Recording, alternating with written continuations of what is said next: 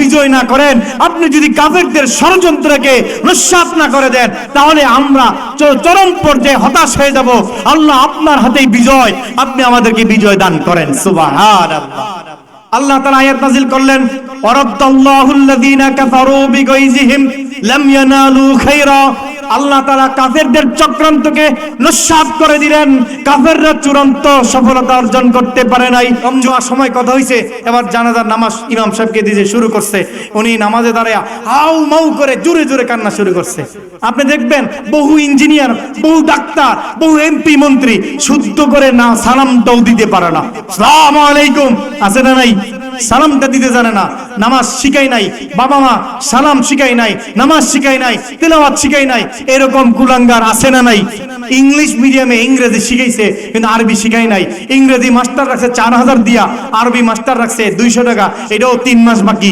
এরকম কুলাঙ্গার বাপ মা আছে না নাই? তার কাছে কোরআনটা হচ্ছে আলাদা, এটা অপশনাল, এটা হইলে হইল না হইলে নাই। এরকম উনি কাঁদতেছে। নামাজের পরে ইমাম সাহেব বলে, স্যার কিছু বলবেন না, কিভাবে কাঁদতেছেন কেন? একটু কথা আছে।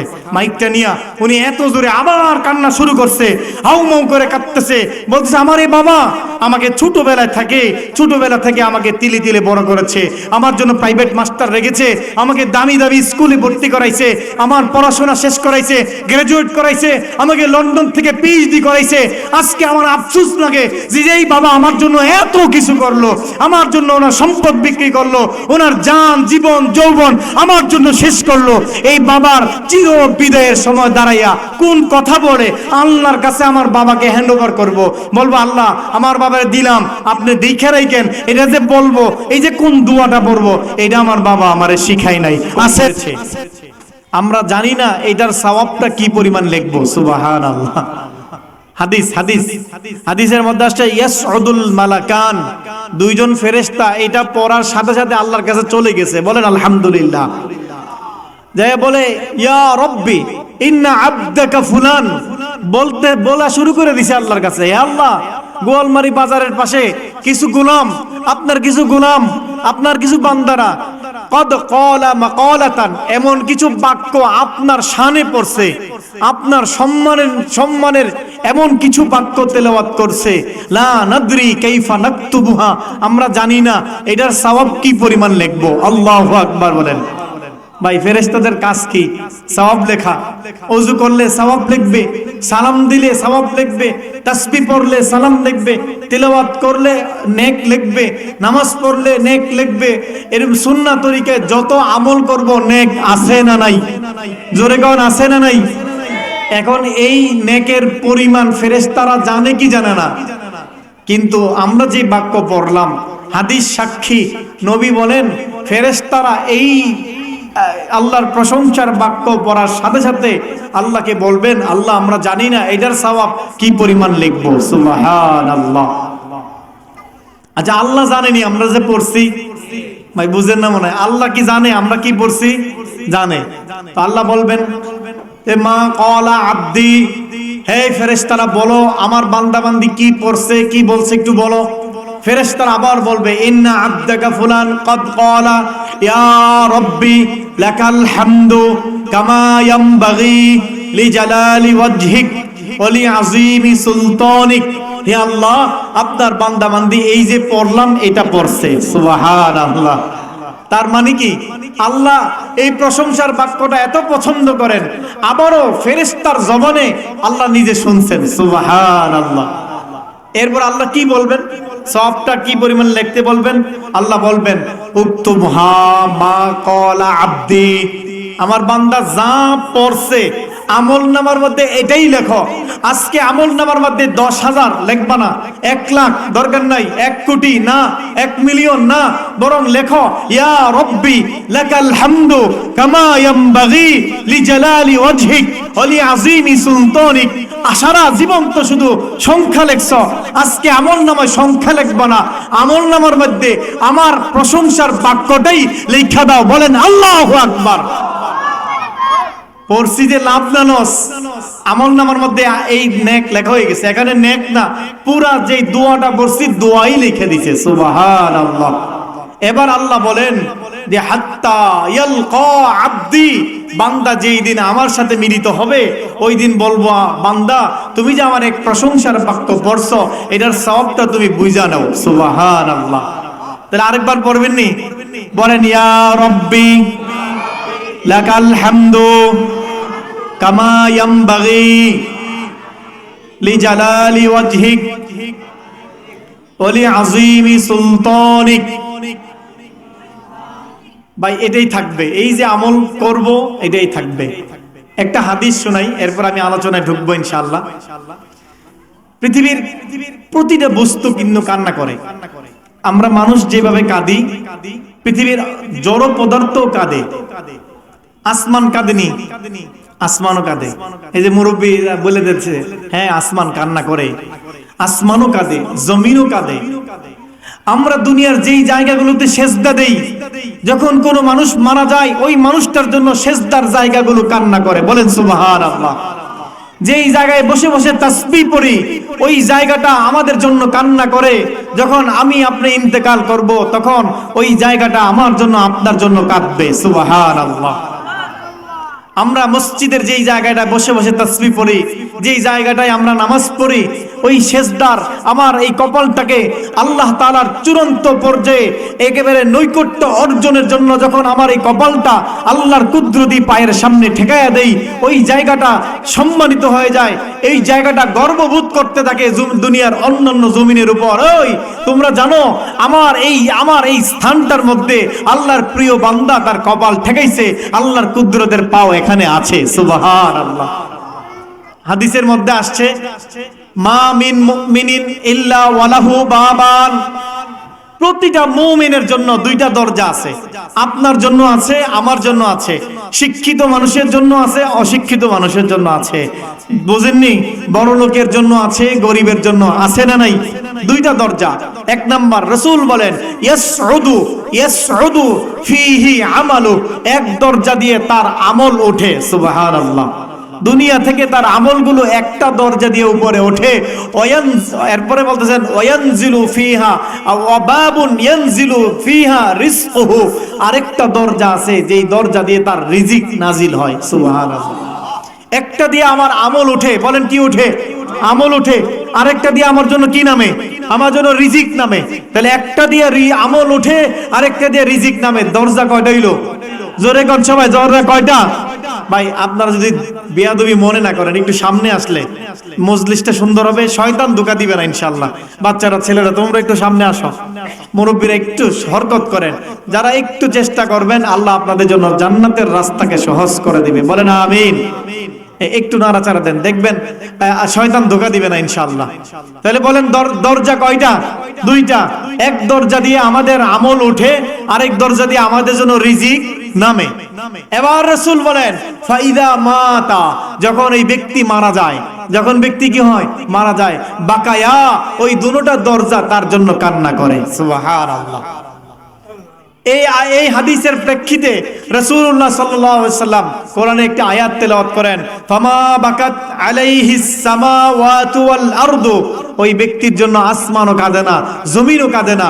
পৃথিবীতে এমন কিছু ব্যক্তি আছে, এমন কিছু পাপিষ্ট মানুষ আছে যাদের জন্য আসমান কাঁদে না, যাদের জন্য জমিন কাঁদে না। যাদের জন্য কেন কাঁদে না? কারণ তাদের আমল উপরে ওঠে না। তো আমল উঠে না সুদের কারণে, ঘুষের কারণে, জুলুমের কারণে, অত্যাচার নির্যাতনের কারণে। দুনিয়ার এমন পাপিষ্ট, এমন অবাধ্য সন্তান পৃথিবীতে আছে, আল্লাহর অবাধ্য এরকম বান্দা পৃথিবীতে আছে যারা আল্লাহর কুদরতের পায়ে এই মাথা ঠেকায় না, তার আমল উপরে ওঠে না। আছে না নাই? আপনারা দেখছেন এই সমাজের অসংখ্য নেতা নেত্রী ছিল যাদের মৃত্যুতে মানুষ আলহামদুলিল্লাহ পড়ছে। আছে না নাই? যেই মানুষের মৃত্যুতে জমিনবাসী আলহামদুলিল্লাহ পড়ে, ওই মানুষের মৃত্যুতে আসমান জমিন কাঁদে না। জোরে কোন ঠিক কি ঠিক না? আবার যখন একজন ব্যক্তি আল্লামা আহমদ শফি হয়ে যায়, একজন ব্যক্তি যখন নামাজি দিনদার মুত্তাকি হয়, একজন ব্যক্তি যখন তাহাজ্জুদ গুজার হয়, তার সেজদার জায়গাগুলো, তার তাসবির জায়গাগুলো, তার দুনিয়াতে যেই সমস্ত জায়গাগুলোতে বসে বসে সে ইবাদত করত, প্রতিটা জায়গা, প্রতিটা স্থান, এমনকি আসমানের দরজাগুলো তার জন্য কান্না করে। সুবহানাল্লাহ। এই জন্য সেজদার জায়গা দেখবেন মুরব্বীরা এটা ভালো জানেন, আমরা যে ফরজ নামাজটা যে জায়গায় পড়ি, সুন্নতটা কি এনেই পড়ি না জায়গা থাকলে একটু লড়ে চড়ে পড়ি? কেন? আমার সেজদার জায়গা একটু বেশি হোক, ঠিক কিনা বলেন? যেন আমার জন্য কিয়ামতের দিন সাক্ষী দেয়, জমিন সাক্ষী দিবে কিয়ামতের দিন। যেমনি ভাবে গুনাহের সাক্ষী হবে, নেক আমলের সাক্ষী হবে না? হবে কি হবে না বলেন? এই জন্য যদি যেখানে সুযোগ থাকে একটু সাইডে গিয়ে স্থান ত্যাগ করে, স্থান চেঞ্জ করে করে আল্লাহকে সেজদা দিব, পারবো ইনশাআল্লাহ। নামাজ পড়বো ঠিক মতো ইনশাআল্লাহ। জোরে করে ইনশাআল্লাহ। তাকবীর দেন, লিল্লাহি তাকবীর, আল্লাহু আকবার। জোরে কর আল্লাহু আকবার। আপনাদের জোন না দিলে বাজারের মানুষ বলবে যে মাহফিল এখনো জমে নাই, লোক টোক যায় নাই, তো আরো পরে যাবো। আরেকবার তাকবীর দেন, নারায়ে তাকবীর। দিন ইসলাম, দিন ইসলাম, আল কোরআনের আলো, নারায়ে তাকবীর। মুহতারাম, আমরা আলোচনা শুরু করি। আমাদের ঈমানদারদের জন্য সবচেয়ে দামি ইবাদত হচ্ছে নামাজ। আমার সাথে একটু কথা বলবেন, অল্প সময় কথা বলবো, গুরুত্বপূর্ণ কিছু মেসেজ আপনাদেরকে দিব ইনশাআল্লাহ। ঈমানদারদের জন্য সবচেয়ে দামি সম্পদ, সবচেয়ে দামি ইবাদতের নাম কি? নামাজ, সালাত। এই নামাজের সাথে যার যত সম্পর্ক, সে আল্লাহর তত নিকটে, সে আল্লাহ তাআলার তত নিকটে। যে যত নামাজে পাবন্দি, যার নামাজে যত বেশি খুশু, যত বেশি খুদু, যত বেশি আন্তরিক, যত বেশি একাগ্রতার সাথে যে যত নামাজ পড়বে, সে আল্লাহর তত নৈকট্য অর্জন করবে। সুবহানাল্লাহ। ঈমানদারদের চোখের শিথিলতা নামাজ, ঈমানদারদের হৃদয়ের প্রশান্তি নামাজ। মাছ যেমন পানিতে শান্তি পায়, ঈমানদার মসজিদে শান্তি পায়। জোরে কোন ঠিক কি ঠিক না?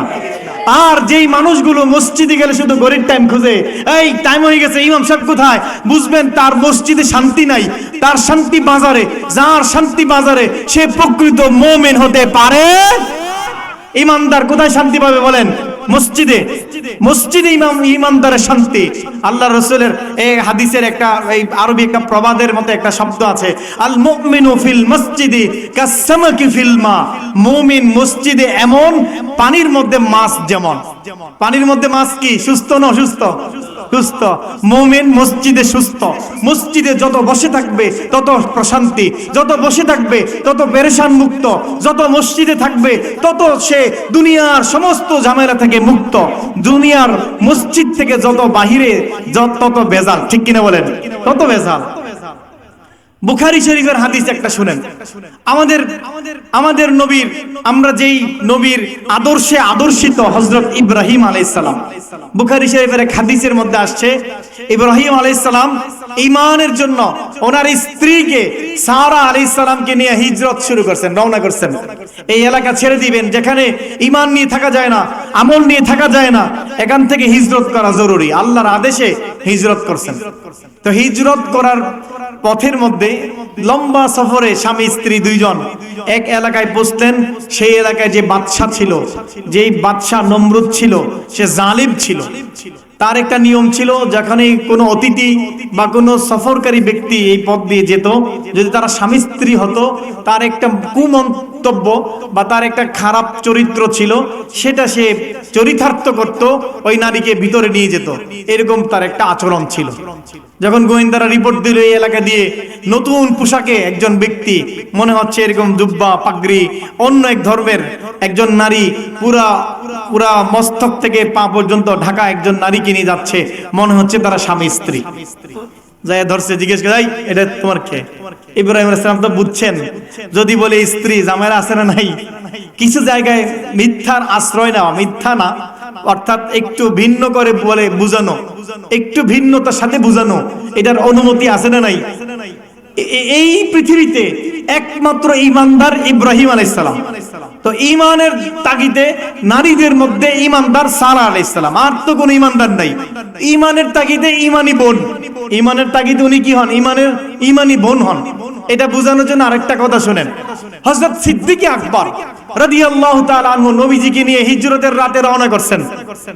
পথিমধ্যে আপনারা জানেন, কাফেররা ঘোষণা করেছে মুহাম্মদ সাল্লাল্লাহু আলাইহি ওয়াসাল্লামকে জীবিত অথবা মৃত যারা ধরে দিবে 100 উটের ঘোষণা করছে। সবাই ছুটছে, পথিমধ্যে মক্কার কুফফার একটা দল হযরত আবু বকর সিদ্দিকের সামনে পড়ছে। আবু বকর পিছনে, নবীজি সামনে। কারণ আবু বকর উনি নবীজির তাজিম, নবীজির আদব সম্মানের প্রতি সব সময় লক্ষ্য রাখতেন।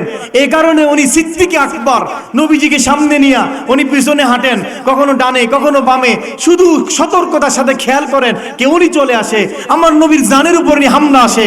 ইমানদার তো এমনই হবে, কিয়ামত পর্যন্ত যারা সিদ্দিক হবে, নবীর প্রকৃত আশিক হবে, তারা নবীর ইজ্জত হেফাজতের জন্য কখনো এই মোকাবেলা করবে, কখনো ডানের ফিতনার মোকাবেলা করবে, কখনো বামের ফিতনার মোকাবেলা করবে, হাজারো ফিতনার মোকাবেলা করে নবীর ইজ্জতকে জমিনে প্রতিষ্ঠিত রাখবে। জোরে কোন ঠিক কি ঠিক না? সিদ্দিকে আকবরের আদর্শে আদর্শিত যারা, তারা কিয়ামত পর্যন্ত নবীর মানকে হেফাজত করেই যাবে, প্রয়োজনে নিজের জান দিবে, নিজের দেহের রক্ত ঢেলে দিবে। জোরে কোন ঠিক কি ঠিক না? জিজ্ঞেস করছেন ইব্রাহিম আলাইহিস সালাম কি হযরত সিদ্দিক আকবরকে জিজ্ঞেস করছেন মান হুয়া, তিনি কে? সিদ্দিক আকবর, উনি তো সিদ্দিক আকবর, সবচেয়ে বড় সত্যবাদী। উনি যদি মিথ্যা বলে আমি চিনি না, ঝামেলা আছে কিনা? উনি যদি বলেন যে উনি মুহাম্মদ না, এও ঝামেলা আছে কিনা? উনি এত সুন্দর করে একটা উত্তর দিলেন, হাযার রাজুল ইয়াহদিনি আস-সাবিল, এই যে লোকটা উনি আমার রাস্তা দেখায়। সুবহানাল্লাহ, জোরে কোন সুবহানাল্লাহ। আচ্ছা, নবীজি রাস্তা দেখাইটা বলছেন। এরা মনে করছে মক্কার এই যে মরুভূমির রাস্তা, জঙ্গলের রাস্তা, এখানে চলতে অভিজ্ঞ প্রশিক্ষণপ্রাপ্ত পথিক লাগে, রাহবার লাগে, এছাড়া রাস্তায় চলা যায় না। মনে হয় এই লোকটা ওনারে রাস্তা দেখানোর জন্য ভাড়া করছে, তো উনি নিয়ে যাচ্ছেন। কিন্তু সিদ্দিক আকবর তো বুঝেন নাই যে নবী আমার রাস্তা দেখায় নিয়ে যান, এটা বুঝেন নাই। বুঝাইছেন উনি এমন একজন ব্যক্তি, তিনি আমাকে জান্নাতের রাস্তা দেখায়। জোরে কোন সুবহানাল্লাহ। বুঝেননি কথা? তাহলে কোন জায়গায় একটু ভিন্নতা উদ্দেশ্য নিয়ে কথা বলার সুযোগ আছে না নাই? একটু জোরে বলা লাগবে, আছে না নাই? ইব্রাহিম আলাইহিস সালাম বললেন উনি আমার বোন। কি বোন? বুঝাইছেন ঈমানের তাগিদে বর্তমান পৃথিবীতে আমি যখন আল্লাহর তাওহীদের কথা জানাইছি, তো একমাত্র আমার স্ত্রী গ্রহণ করছে যে ঈমানি বোন উনি আমার হয়। এরপরও জালিম বাদশা ধরে নিয়ে গেছে, ভিতরে নিয়ে একটি অন্ধকার রুমে বন্দী করছে। তার মনের কুমতলব নিয়ে সামনে আগায় গেছে। তিনি তো একজন পবিত্র নারী, সচ্চরিত্রা নারী। আল্লাহ তাআলা পবিত্র সচ্চরিত্রা নারীর ইজ্জত হেফাজত করেন কি করেন না বলেন? যে বখাটে হয়, যে দুশ্চরিত্রা হয়, যার চরিত্র যেমন হয় আল্লাহ তার সাথে তেমনটাই মিলিয়ে দেয়। জোরে কোন ঠিক কি ঠিক না? যিনি চরিত্রবান হন, সচ্চরিত্রবান হন, তার চরিত্র আল্লাহ তাআলাই কুদরতিভাবে হেফাজত করেন। সুবহানাল্লাহ। সে যখন কুমতলব নিয়ে সামনে আগাইছে, আল্লাহ তার হাতও অবশ করে দিছে, পাও প্যারালাইসিস বানাই দিছে। সুবহানাল্লাহ। ভাই সুবহানাল্লাহ বাইজে বলবেন, বাড়ির যেয়ে বলবেন, তাহলে হিসাব করেন একবার হইছে, এনে যে বলেন নাই, বাড়ির যেয়ে ঘরে ঢুকেই কইবেন সুবহানাল্লাহ সুবহানাল্লাহ। আপনার বউ মেয়েরা আব্বা কি হইছে, আপনার ওয়াইফে বলবে যে কি ঘটনা কি, এত সুবহানাল্লাহ পড়ছেন? আরে মাহফিলে অনেকগুলো সুবহানাল্লাহ বলি নাই, এটা কাজা আদায় করতেছি, পারবেন? তাহলে এখনই বলবো ইনশাআল্লাহ, বলেন ইনশাআল্লাহ। তো এবার এত বুঝছে এই মহিলা তো সাধারণ কোনো মহিলা না, বলতেছে আম্মা আমারে মাফ করে দাও, তুমি তোমার রবের কাছে, তোমার মালিকের কাছে দোয়া করে আমারে ঠিক করে দাও। মহিলা মানুষ, মন নরম, বলছে, মন নরম হয়ে গেছে, আল্লাহর কাছে দোয়া করছে, সে সুস্থ হয়ে গেছে। কিন্তু এই নরপিশাচ আবারও কুমতলব নিয়ে সামনে আগাইছে। নাউজুবিল্লাহ পড়েন। যখন আবার আরেকবার সামনে আগাইছে, আল্লাহ আবারও অবশ করে দিয়েছে। সুবহানাল্লাহ। এরকম 3 বার অবশ করছে। তৃতীয়বার সে একেবারে চূড়ান্ত পর্যায়ে অনুনয় বিনয় করে বলছে আম্মা আমাকে একেবারে চূড়ান্তভাবে মাফ করে দাও, এরপরও কুমতলব নিয়ে এক সুতা পরিমাণ তোমার দিকে অগ্রসর হব না বলে দিচ্ছে। তো উনি আবার দোয়া করছেন, সুস্থ হয়ে গেছে। এবার সুস্থ এসে কি করছে, একটা নারী বাঁধি হাজেরা, ওনার নাম আলাইহিস সালাম, ওনাকে উপহার দিছে। বলছেন আম্মা আপনি ওনাকে নিয়ে যান, এই বাঁধিটা খুব সুন্দর এবং খুব সচ্চরিত্রা, খুব ভালো, আপনাকে আমি উপহার দিলাম। সুবহানাল্লাহ। যার গর্ভ ধারণ করেই আমার নবীর বংশ হযরত ইসমাঈল আলাইহিস সালাম এই হাজেরা আলাইহিস সালামের গর্ভেই জন্মগ্রহণ করেছেন। সচ্চরিত্র একজন নারী উপহার দিয়েছেন। ঘটনা এটা বড় উদ্দেশ্য না, ঘটনা এখন যেটা বলবো এটা মূল উদ্দেশ্য।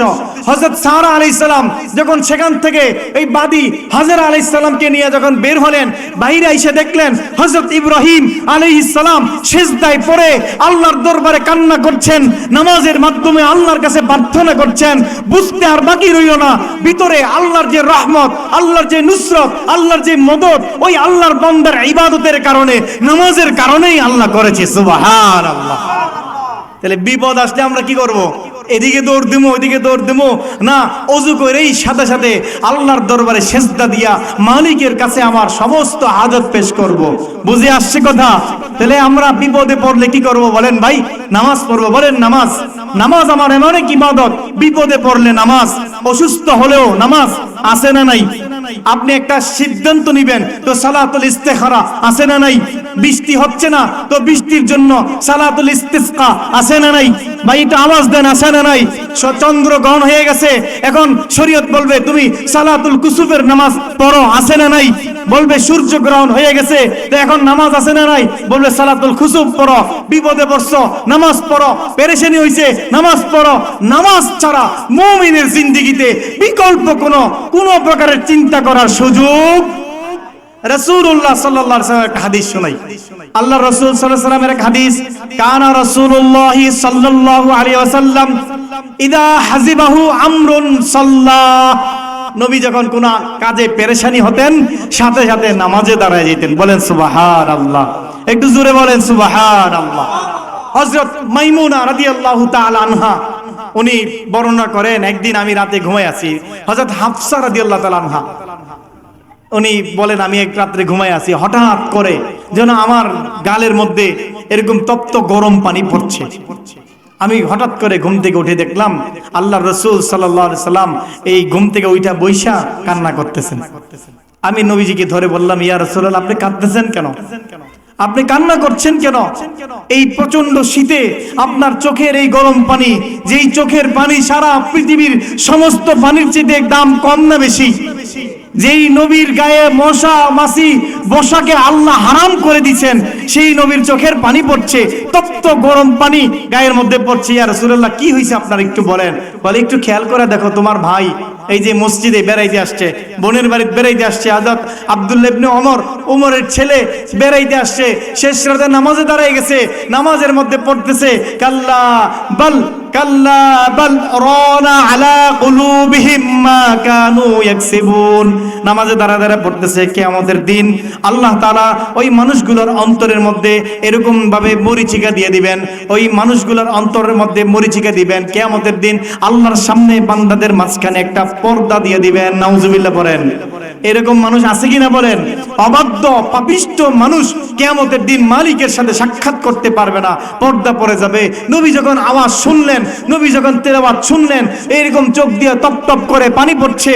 এই ছিল নবীর জিন্দেগি, এই ছিল সাহাবায়ে কেরামের জিন্দেগি। যখন আকাশে মেঘ জমে যেত, সাহাবায়ে কেরাম সব মসজিদে চলে আসতো।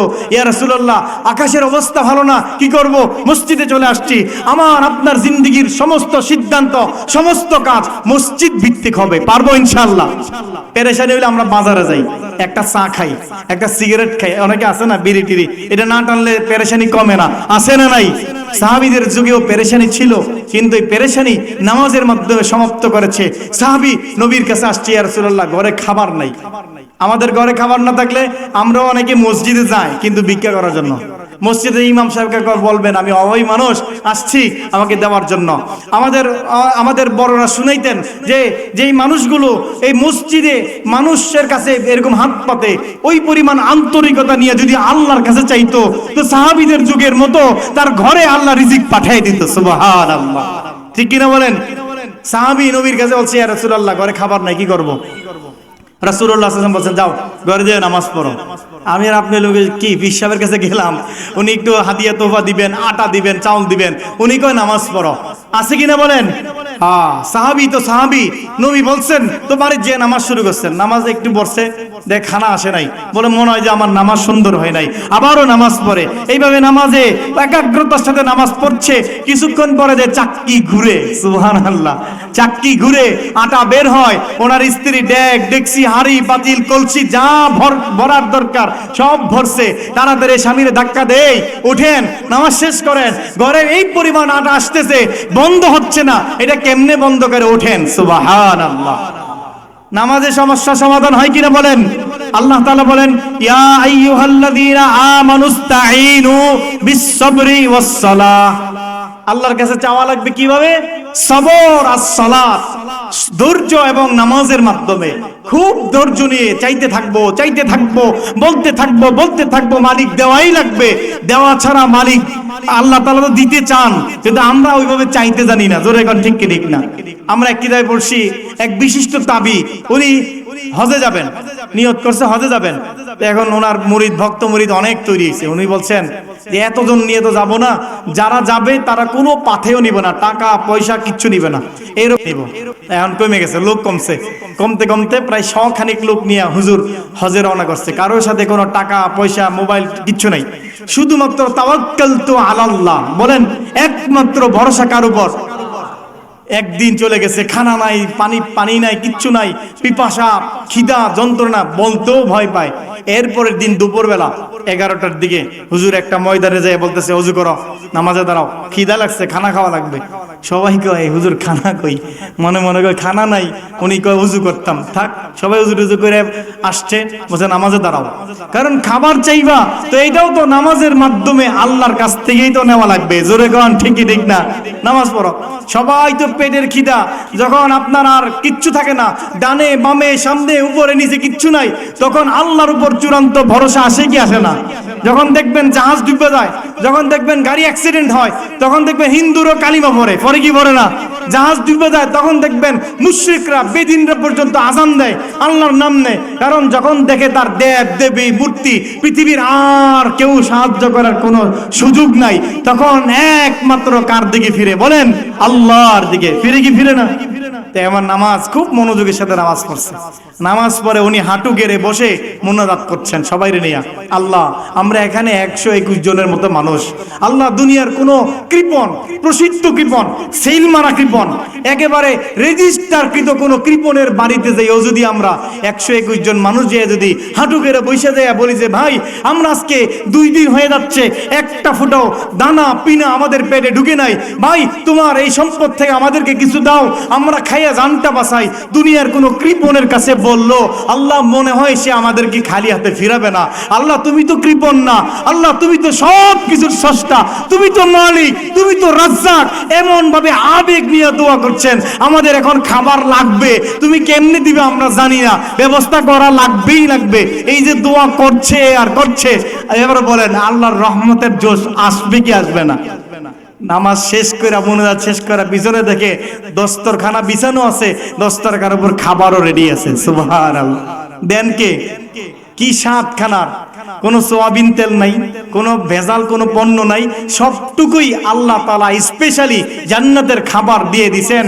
একেবারে পুরা সফর করে আসছেন, এক সময়ের জন্য আর কারো কাছে হাত পাততে হয় নাই। বলেন আল্লাহু আকবার। আমরা তো নামাজ পড়ি, নামাজ আমাদের দেখলে হাসবে। অনেক সময় আমরা কি করি, অশ্লীল কিছু দেখলে পড়ি লা হাওলা ওয়ালা কুওয়াতা ইল্লা বিল্লাহ। এই যে আমাদের লা হাওলাটা, এইটাও আবার লা হাওলা ওয়ালা করে, কি রে তুই কেমনে লা হাওলা ওয়ালা করছস, তুই সাইও রইছস, আবার লা হাওলা ওয়ালা কুওয়াতা ইল্লা বিল্লাহ বলে। এই যে আমাদের পড়া আর আমাদের আমল ব্যতিক্রম। আমাদের নামাজ এখনো পর্যন্ত ওই নামাজ হয় নাই যে নামাজের মাধ্যমে আমি আপনি আল্লাহর কাছ থেকে, আল্লাহর খাজানা থেকে, আল্লাহর ধনভাণ্ডার থেকে নেওয়ার মতো ওই নামাজ হয়েছে কিনা বলেন? হয় নাই। এই জন্য নামাজ ঠিক করবো তো ইনশাল্লাহ। নামাজ আমার জীবনের সবচেয়ে দামি সম্পদ, নামাজ আমার চোখের শিথিলতা। নবী আলাইহিস সালাম বলছেন, কুররাতু আইনি আস-সালাহ। এই আমার উম্মতরা জানো, আমার প্রশান্তি কিসের মধ্যে সেটা জানো? আমার প্রশান্তি হলো নামাজ। আমার নামাজে দাঁড়ায় দাও, আমি এই নামাজের মাধ্যমে প্রশান্তি লাভ করি। মালিকের সাথে সাক্ষাৎ করার মাধ্যম এই নামাজ। বান্দা জমিনে, তার পা জমিনে, তার হৃদয় থাকবে আরশে আজিমে, জমিনে দাঁড়ায়া আরশে আজিমে মালিকের সাথে কথা বলার একমাত্র মাধ্যম। বলেন যে কয় না বুঝেন, একমাত্র মাধ্যম নাম কি? নামাজ। এই নামাজ হেফাজত করবো তো ইনশাআল্লাহ।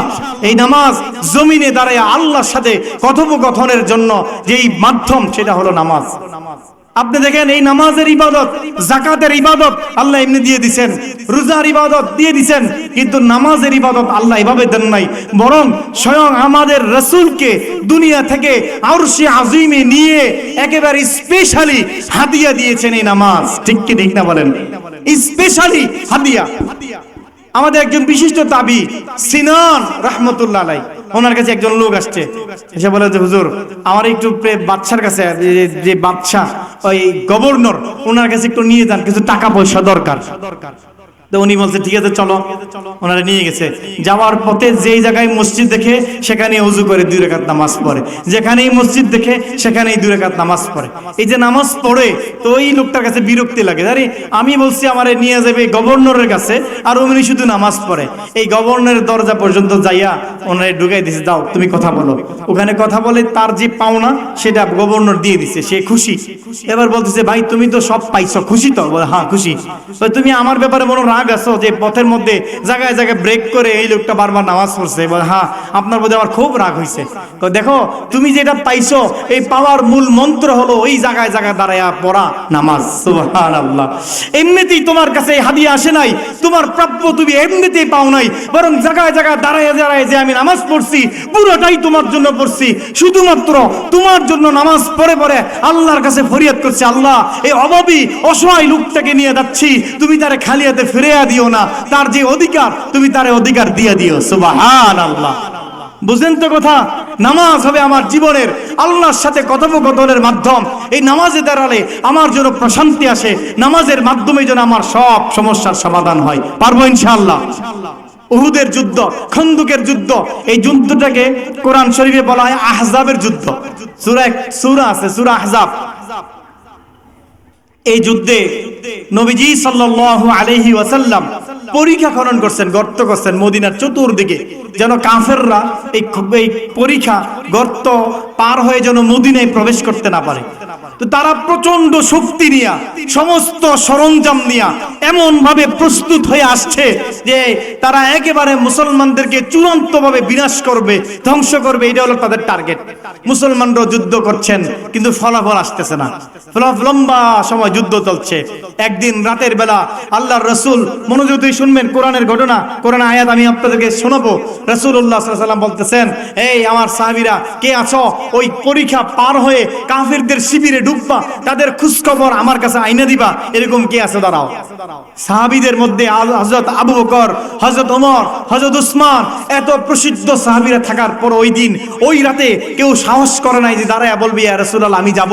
এরকম সাহস কোন সাহাবী করতে পারে নাই, কারণ দীর্ঘদিন যুদ্ধ করতে করতে ক্লান্ত হয়ে সাহাবীদের অবস্থা এমন হয়েছে যে কোন সাহাবী হিম্মত করে যাবে, ওই পরিমাণ হিম্মত কারো সামনে আসে নাই, কেউ দাঁড়াইতে পারে নাই।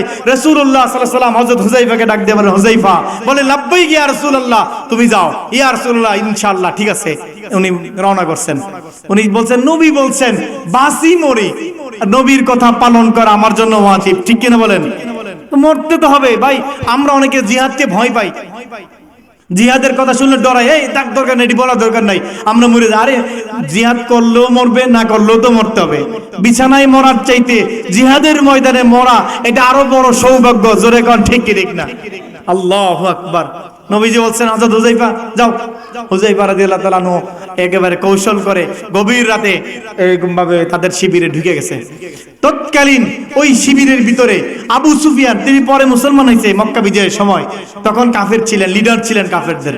আবু সুফিয়ান এক জায়গার মধ্যে কাফেরদেরকে নিয়ে গোল হইয়া বইসা মাঝখানে আগুন লাগায়া আগুন পোয়, মানে যখন রাত্রে তারা না ঘুমায় গল্প গুজব করছে, তাদের হিম্মত তৈরি করছে, বিভিন্ন কূট কৌশল তৈরি করছে। হুযায়ফা রাদিয়াল্লাহু তাআলা আনহু আয়েশা তাদের ফাঁকি দিয়া, একজন লোকের সাথে দিয়া ফাঁকি দিয়ে বসে গেছে, বসে কথা শুনতেছে।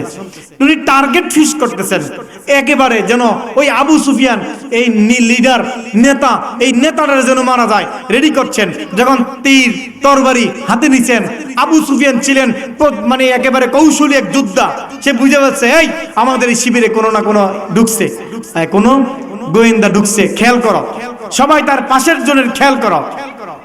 হযরত হুযায়ফা চিন্তা করছে শেষ, এখন আর বাঁচার সুযোগ নাই, এখন তারা যদি খোঁজ নিয়ে দেখে আমি, তা আমাকে নিশ্চিত মেরে ফেলবে।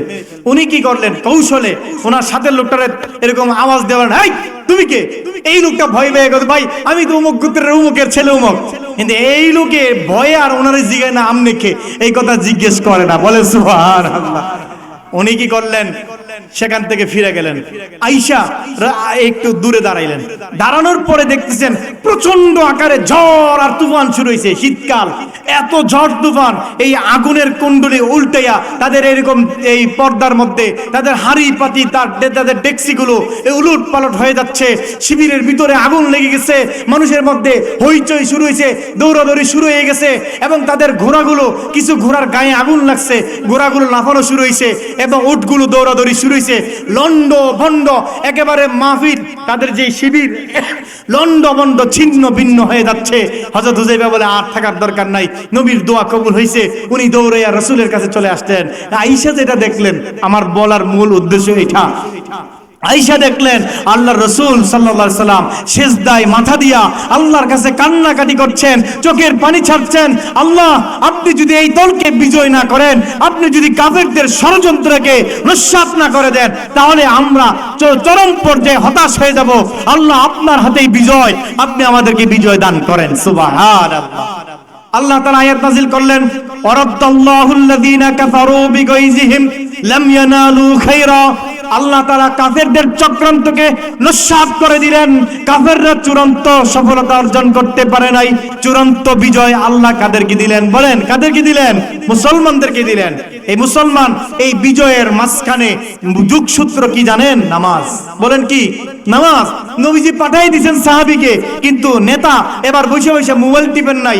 উনি একজন আদর্শ নেতা, উনি সারা পৃথিবীর একজন নেতা, সারা নবীদের নেতা, উম্মতের নেতা।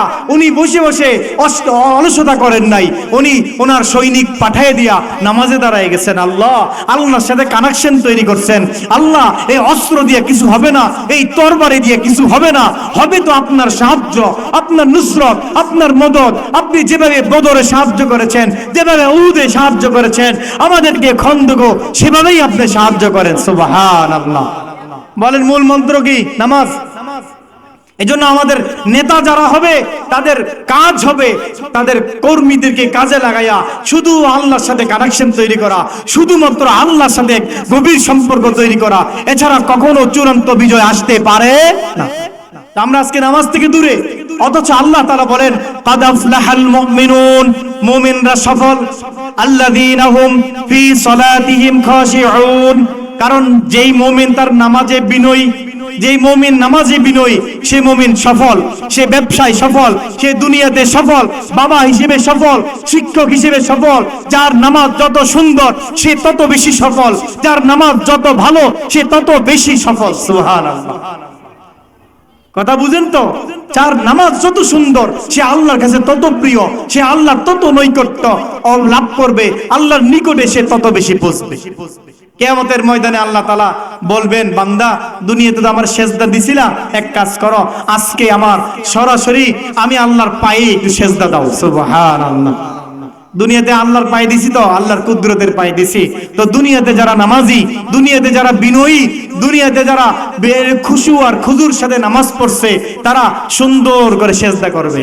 ওই কাফেররা, ওই মুনাফিক যারা পৃথিবীতে ফাজের আর পাপিষ্ট যারা, এরাও তো জানে নামাজ কেমনে পড়ে। সপ্তাহে একবার এরকম মুসল্লি আছে না নাই? নাম রাখছে মুবারক আলী, মানে ঈদ মুবারকের দুইটা নামাজ পড়ে, নাম কি? মুবারক আলী। এই মুবারক নামাজগুলো পড়ে আর নামাজ পড়ে না, এরকম লোক আছে না নাই? কথা বুঝেননি? শুক্কুর আলী মানে শুক্রবারে নামাজ পড়ে, এরকম লোক আছে না নাই? আবার এরকম লোকও আছে তার জীবনে কোনোদিন নামাজ পড়ে না। আমি যে এলাকায় থাকি, এই এলাকায় সে একটা দল করে আর কি, ভান্ডারি একটা দল করে। সেই দলের একটা নিয়ম নাকি আছে যে যদি একটা সেজদাও না দেয়, সে বড় পীর। তার মা যখন মারা গেছে, তখন সে জানাজা নামাজটা পড়ে নাই, অথচ জানাজার নামাজের সেজদা আছে, সেজদা নাই। তার বাবা মারা গেছে, তখনও সে নামাজ পড়ে নাই। তার জন্ম থেকে ৬৭ বছর পর্যন্ত জিন্দেগিতে একটা বারের জন্য আল্লাহর সেজদা দেয় নাই। জোরে কর নাউজুবিল্লাহ। মানুষ তো ঈদে চাঁদও তো দেয়, আসেনি? শুক্রবারও তো মানুষ পড়ে, কিন্তু এই পাপিষ্ট মৃত্যুর আগ পর্যন্ত একবারের জন্য আল্লাহকে সেজদা করে নাই। এবার চিন্তা করেন আল্লাহর সাথে তার কি পরিমাণ আদাবতি, কি পরিমাণ দুশ্মনী। আল্লাহ আমাদেরকে হেফাজত করেন, বলেন আমিন। তো কিয়ামতের দিন আল্লাহ কি করবেন তা কোরআন শরীফের মধ্যে আসছে, ইয়াউমা ইউকশাফু আন সাকিউ ওয়া ইউদআউনা ইলাস সুজুদ।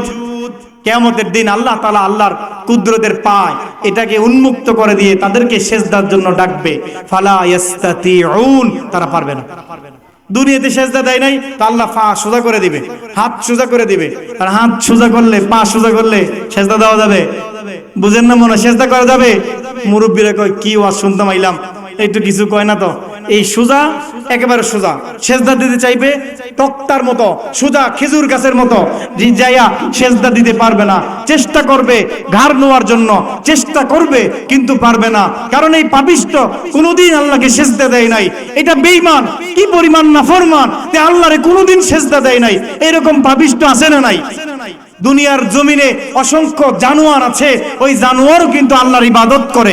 ওই জানোয়ার তার নির্ধারিত তাসবিহ পাঠ করে, আল্লাহর হুকুমের বাইরে যায় না।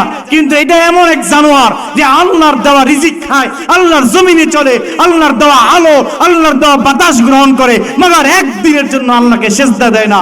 বছরের পর বছর, দিনের পর দিন সে ঘুমায়া থাকে। বলেন এরকম নাফরমান আছে না নাই?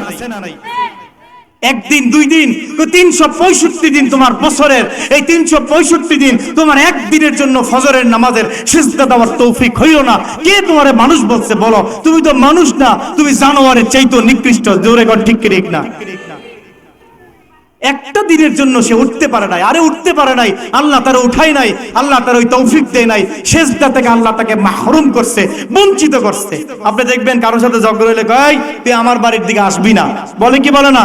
হ্যাঁ, আমার বাড়িতে আসবি না। তো আল্লাহ বলে দেন, এই পাপিষ্ট তুই আমার ঘরে আসবি না। আল্লাহর ঘরে যাইতে নিষেধ করে দেয়। তো এই পাপিষ্ট আল্লাহর ঘরে যাইতে পারে না। আল্লাহ আমাদেরকে হেফাজত করেন, বলেন আমিন। কিয়ামতের দিন আল্লাহ যখন ডাক দিয়ে বলবেন বান্দা সেজদা দাও, সেজদা দেওয়ার জন্য তৈরি হব তো ইনশাআল্লাহ। এই জন্য কি লাগবে? দুনিয়ার ফরজ, নফল, সুন্নত, সুন্নতে মুআক্কাদা এগুলো তো আদায় করব। সুযোগ পাইলে নফল নামাজ পড়ব, বেশি বেশি আল্লাহর নৈকট্য আদায়ের জন্য, লাভের জন্য নফল নামাজ পড়ব, পারবো ইনশাআল্লাহ। পেরেশানি হইছে নামাজ, বিপদ আসছে তো নামাজ। একটা মূলনীতি শুনেন, একটা মূলনীতি শুনেন। এটা বলার আগে মুরব্বীদের কথাটা বলি। এক বিয়ের মধ্যে ছেলেরা বলছে আমরা কোনো মুরব্বী নেব না। তো কয়েকজন মুরব্বী করে, বাবা মুরব্বী লাগে, কাজের মধ্যে কি লাগে?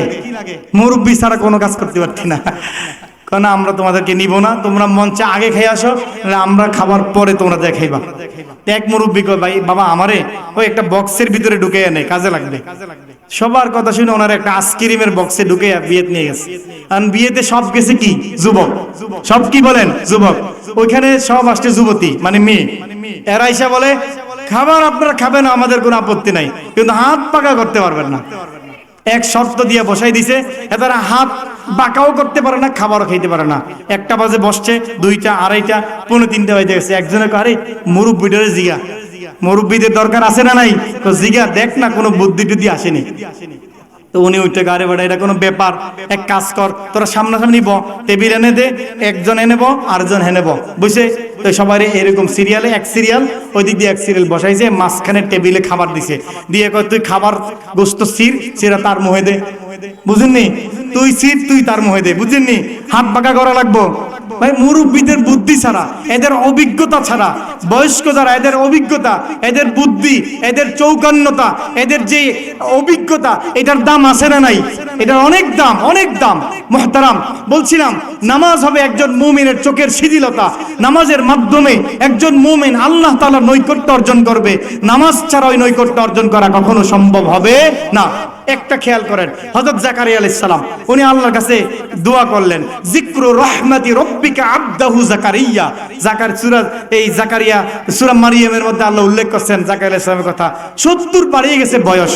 উনি একদিন মারিয়াম আলাইহিস সালামের রুমে এসে দেখে ফল, তোমার কে দিছে? আন্না লাকি হাদা, এটা পাইছো কই? বলতেছেন যে এটা আমাকে আল্লাহ তাআলা দিছেন। তো উনি চিন্তা করছেন যে আল্লাহ মৌসুম ছাড়া ফল দিতে পারেন, সে আল্লাহ আমার যৌবনের বয়স নাই, মৌসুম নাই, বার্ধক্য সন্তান দিতে পারবেন। এই জন্য উনি যাইয়া মেহরাবের বাইরে নামাজ পড়ে আল্লাহর কাছে দোয়া করছে যে আল্লাহ, হ্যাঁ আপনি আমাকে একটা সন্তান দান করেন। সুবহানাল্লাহ। এটা কেমনে?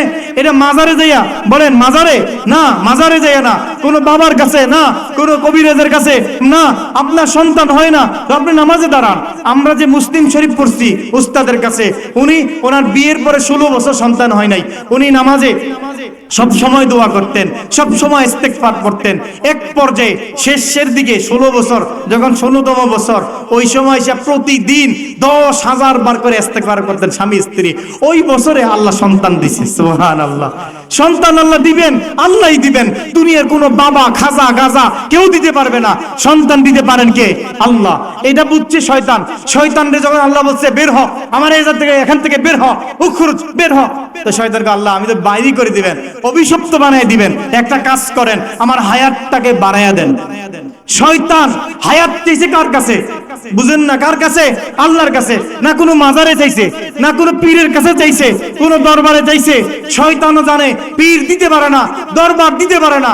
সন্তানও যদি কেউ দিতে হয় এটা আল্লাহ দিবে, আবার হায়াত যদি কেউ বাড়াইতে হয় সেটাও আল্লাহ বাড়াইবে। সুবহানাল্লাহ। যেই কথাটা শয়তানও বুঝছে, আমি আপনি বুঝি নাই। বুঝলাম? বুঝি নাই মুহতারাম। তো বলছিলাম, তো জাকারিয়া আলাইহিস সালাম আল্লাহর কাছে দোয়া করছেন সন্তান লাগবে।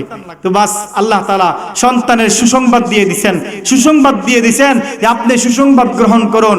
যে আল্লাহ তাআলা বলছেন হুনালিকা দাআ জাকারিয়া রাব্বাহ ক্বালা রাব্বি হাবলি মিন লাদুনকা যুররিয়াতান তাইয়্যিবা। আল্লাহর কাছে দাঁড়িয়া, মিম্বার থেকে বাড়িয়া উনি নামাজে দাঁড়াইছেন, আল্লাহর কাছে সন্তান চাইছেন। আল্লাহ তাআলা উনাকে ওই নামাজের পরপরই সুসংবাদ দিয়ে দিবেন যে বান্দা আপনি এই বার্ধক্যে আমার কাছে সন্তান চাইছেন, আমি আপনাকে সন্তানের সুসংবাদ দিয়ে দিলাম। আপনার এক সন্তান দিব, তার নাম হবে ইয়াহইয়া। সুবহানাল্লাহ। তাহলে আল্লাহর কাছে সন্তান চাইলো, আমার মাধ্যম হবে নামাজ। বলেন মাধ্যম কি? নামাজ। এই নামাজ যখন নষ্ট করে আল্লাহ বলেন ফাওয়াইলুল লিল মুসাল্লিন। কিছু মুসল্লি তাদের জন্য দুর্ভোগ। মুসল্লির জন্য কি দুর্ভোগ? কি মুসল্লি? যেই মুসল্লি আল্লাযীনা হুম আন সালাতিহিম সাহুন, যে তার নামাজে অমনোযোগী। অমনোযোগী নামাজি আছে না নাই? যে তার নামাজে অমনোযোগী, আল্লাহ বলেন সে তা এই মুসল্লির ধ্বংস, এই নামাজির ধ্বংস। আল্লাহ তাআলা কোরআনে অন্য আয়াতে বলেন ফাখালাফা মিন বা'দিহিম খালফুন আদাউস সালাহ। এদের পরে এমন এক অপদার্থ, এমন এক বেয়াদব শ্রেণী পৃথিবীতে আসছে, আদাউস সালাতা ওয়াত্তাবাউস শাহাওয়াতা ফাসাউফা ইয়ালকাউনা গায়্যা। তারা নামাজকে ধ্বংস করেছে, তাদের প্রবৃত্তির অনুসরণ করেছে। আল্লাহ তাদের জন্য গায়্যা নামক জাহান্নামকে নির্ধারণ করে রেখেছেন। বলে নাউজুবিল্লাহ। আবার আল্লাহ বলেন ওয়াইদা কিলা লাহুমুর কাউ লা ইয়ারকাউন। তাদেরকে যখন বলা হয় রুকুকারীর সাথে রুকু করো, নামাজ পড়ো, জামাতের সাথে নামাজ পড়ো, তারা নামাজ পড়ে নাই। তো আল্লাহ বলেন যে ওয়াইলু ইয়াউমা ইযিল লিল মুকাজ্জিবিন। এই সমস্ত মিথ্যাবাদী, এই সমস্ত পাপাচার, এই সমস্ত এরকম ভাবে নাফরমানদের দুর্ভোগ কিয়ামতের ময়দানে ওয়াইল নামক জাহান্নাম। জোরে কর নাউজুবিল্লাহ। এবার হাদিস শুনি, নবীজি কি বলছেন হাদিসের মধ্যে। আল্লাহ রাসূল সাল্লাল্লাহু আলাইহি সাল্লাম বলেন মান হাফাযা আলাইহা, মান হাফাযা আলাইহা, যে এই নামাজকে হেফাজত করবে, যথাযথ নামাজ আদায় করবে, সুন্দর করে ওযু করবে, নামাজের হেফাজত করবে, ফাইন্না লাহু নূরান ওয়া বুরহানান ওয়া নাজাতান। এই নামাজ তার কবরে নূর হবে, এই নামাজ হাসরের ময়দানে দলিল হবে, এই নামাজ তার জান্নাতে যাওয়ার মাধ্যম হবে। সুবহানাল্লাহ। ভাই জোরে কন্না সুবহানাল্লাহ। ওমাল্লাম ইউহাফিজ আলাইহা, যে নামাজ হেফাজত করবে না, লাম ইয়াকুন লাহু নূরুন, এই নামাজ তার জন্য কবরে নূর হবে না, ওয়ালা বুরহানুন, এবং কিয়ামতের দিন দলিল হবে না, ওয়ালা নাজাতুন, এবং এই নামাজ তার জন্য জান্নাতে যাওয়ার মাধ্যম হবে না। এবং ওয়ুহশারু ইয়াউমাল কিয়ামাতি মা কারুনা ওয়া ফিরআউনা ওয়া উবাই ইবনুল খালফ, এবং কিয়ামতের দিন এই মানুষটা কারুনের সাথে, ফেরাউনের সাথে, উবাই ইবনে খালফের সাথে বেনামাজির হাসর হবে। জোরে কর নাউজুবিল্লাহ। বেনামাজির হাসর কার সাথে হবে বলেন? এই বেনামাজির হাসর হবে উবাই ইবনে খালফের সাথে, কারুনের সাথে, ফেরাউনের সাথে। এরা মনে জান্নাতের প্রথম কাতারে থাকবো, বুঝেন না মনে হয়? জান্নাতের প্রথম কাতারে না জাহান্নামীদের প্রথম কাতারে? ওই জাহান্নামীদের প্রথম কাতারীদের সাথে উঠবে বেনামাজি। এজন্য আমরা নামাজ পড়বো তো শুধু নামাজ নিজে পড়বে এমন না। আল্লাহ বলেন ওয়ামুর আহলাকা বিসসালাত ওয়াসতাবির আলাইহা, তুমি নামাজের আদেশ করো নামাজের জন্য, এরপর সবর করো, নামাজের এক ঘর প্রতিষ্ঠা করো, নামাজের এক সমাজ প্রতিষ্ঠা করো। ওয়াসতাবির আলাইহা লা নাসআলুকা রিজকা, আমি তোমার কাছে রিজিক চাই না যে আমারে তুমি কামাই করে খাওয়াবা রিজিক দিবা, না, বরং তুমি নামাজ পড়ো, পরিবারকে নামাজি বানাও, দেখবা তোমার রিজিকের অভাব হবে না। যেই ঘরের নারীরা নামাজি, যেই ঘরের মেয়েরা নামাজি, ওই ঘরে অভাব থাকবে না। যেই ঘরের পরিবারের লোকেরা নামাজি, যেই দোকানদার নামাজি, তার দোকানে কখনো অভাব আসবে না, তার দোকানে আগুন লাগবে না, ডাকাতি হবে না, চুরি হবে না, আল্লাহই হেফাজত করবে। ঠিক কি ঠিক না বলেন? আর যে বেনামাজি হবে আল্লাহ তার জন্য কোনো জিম্মাদারি নিবে না, কোনো দায়িত্ব গ্রহণ করবে না। এই জন্য নামাজ হেফাজত করব, নিজেরা নামাজ শিখবো, সন্তানদেরকে নামাজি বানাবো, এক আদর্শ পরিবার গড়ে তুলবো। পারবো ইনশাআল্লাহ। ছেলে মেয়ে রাত্রে পড়ছে, আপনি ঘুমের থেকে উঠা ফজরের সময় বলেন আপনার স্ত্রী বলেন মেয়েরে ডাক দাও নামাজের লেগা, আপনার স্ত্রী না না ডাক দিন না, কেন? ও ডাক দিন না, মাইয়া রাতের 1টা পর্যন্ত পড়ছে। এরকম কুলাঙ্গার মা আছে না নাই? রাতের 1টা পর্যন্ত পড়ছে, কিন্তু ওই 1টা পর্যন্ত পড়লে তার জান্নাত ওয়াজিব হয় নাই। আজকে ফজরের নামাজ না পড়লে তার জন্য জাহান্নাম অবধারিত হবে। কিন্তু ওই মা বলে সন্তানকে ডাক দিও না, রাতের 2টা পর্যন্ত পড়ছে। আরে এই মা তো সন্তানের কল্যাণকামী না। যেই মা তার সন্তানকে নামাজের জন্য জাগাইতে পারে না, যেই বাবা সন্তানকে নামাজের জন্য জাগাইতে ব্যর্থ, সেই বাবা আসলেই প্রকৃত ব্যর্থ, প্রকৃত বাবা না, সন্তানের জন্য প্রকৃত কল্যাণকামী না। জোরে কোন ঠিক কি ঠিক না? জোরে আওয়াজ দেওয়া লাগবে, ঠিক কি ঠিক না? যেন নিজে নামাজি হব, সন্তানকে নামাজি বানাবো, পরিবারকে নামাজি বানাবো। পারবো ইনশাআল্লাহ। সন্তানকে নামাজি বানানোর জন্য ইসলাহুল উম্মাহ কওমি মাদ্রাসা, ঠিক আছে কিনা বলেন? আপনার মেয়েকে নামাজি বানানোর জন্য এই মাদ্রাসা, আপনার ছেলেকে নামাজি বানানোর জন্য এই মাদ্রাসা। এই মাদ্রাসা আসবে, দেখবেন এই ছেলে জানাজার নামাজ পারে, এই ছেলে নামাজের 60টা মাসালা পারে, দেখবেন দোয়া কেরাত মাসালা সব পারে, দোয়ায় কুনুত পারে। যে এই দোয়ায় কুনুত আমি আর আপনি পড়তে দাঁত ভেঙে যায়, দেখবেন সে অনর্গল পড়তে পারে। জানাজার নামাজে দাঁড়াইয়া আমি আর আপনি মূর্তির মতো দাঁড়িয়ে থাকি, কিন্তু এই ছোট নাবালেক বাচ্চা ফটফট করে জানাজার দোয়া পড়ে, আছে না নাই? তাইলে এই মাদ্রাসা আমাদের জন্য দরকার কি দরকার না? এই মাদ্রাসা আমাদের সন্তানদেরকে আদর্শ সন্তান বানাবে, আমাদের সন্তানদেরকে আমার জানাজা পড়নেওয়ালা বানাবে। আমার শেষ করে দিচ্ছি, আমাদের একজন ইঞ্জিনিয়ার কুমিল্লাতে, উনি একবার অনেক মানুষ ওনার বাবার জানাজা লম্বা সময় কথা হয়েছে, এবার জানাজার নামাজ ইমাম সাহেবকে দিয়ে শুরু করছে। উনি নামাজে দাঁড়ায় হাউ মাউ করে জোরে জোরে কান্না শুরু করছে। আপনি দেখবেন বহু ইঞ্জিনিয়ার, বহু ডাক্তার, বহু এমপি মন্ত্রী শুদ্ধ করে না সালামটাও দিতে পারে না। আসসালামু আলাইকুম আছে না নাই? সালামটা দিতে জানে না, নামাজ শিখাই নাই, বাবা মা সালাম শিখাই নাই, নামাজ শিখাই নাই, তেলাওয়াত শিখাই নাই। এরকম কুলাঙ্গার আছে না নাই? ইংলিশ মিডিয়ামে ইংরেজি শিখাইছে কিন্তু আরবি শিখাই নাই। ইংরেজি মাস্টার রাখছে 4000 দিয়া, আরবি মাস্টার রাখছে 200 টাকা, এটাও 3 মাস বাকি। এরকম কুলাঙ্গার বাপ মা আছে না নাই? তার কাছে কোরআনটা হচ্ছে আলাদা, এটা অপশনাল, এটা হইলে হইল না হইলে নাই। এরকম উনি কাঁদতেছে নামাজের পরে, ইমাম সাহেব বলে স্যার কিছু বলবেন না, কিভাবে কাঁদতেছেন কেন? একটু কথা আছে। মাইকটা নিয়া উনি এত জোরে আবার কান্না শুরু করছে, হাউ মাউ করে কাঁদতেছে, বলতেছে আমার এই বাবা আমাকে ছোটবেলা থেকে আমাকে তিলে তিলে বড় করেছে, আমার জন্য প্রাইভেট মাস্টার রেখেছে, আমাকে দামি দামি স্কুলে ভর্তি করাইছে, আমার পড়াশোনা শেষ করাইছে, গ্রাজুয়েট করাইছে, আমাকে লন্ডন থেকে পিএইচডি করাইছে। আজকে আমার আফসোস লাগে যে এই বাবা আমার জন্য এত কিছু করলো, আমার জন্য ওনার সম্পদ বিক্রি করলো, ওনার জান জীবন যৌবন আমার জন্য শেষ করলো। এই বাবার চির বিদায়ের সময় দাঁড়াইয়া কোন কথা বলে আল্লাহর কাছে আমার বাবাকে হ্যান্ড ওভার করবো, বলবো আল্লাহ আমার বাবারে দিলাম, আপনি দেখে রাখেন। এটা যে বলবো, এই যে কোন দোয়াটা পড়বো, এটা আমার বাবা আমারে শিখাই নাই, আছে না নাই? এই জন্য কান্না করে। মুহতারাম, সন্তানদেরকে আমরা নামাজি বানাবো, একটা আদর্শ প্রজন্ম তৈরি করব।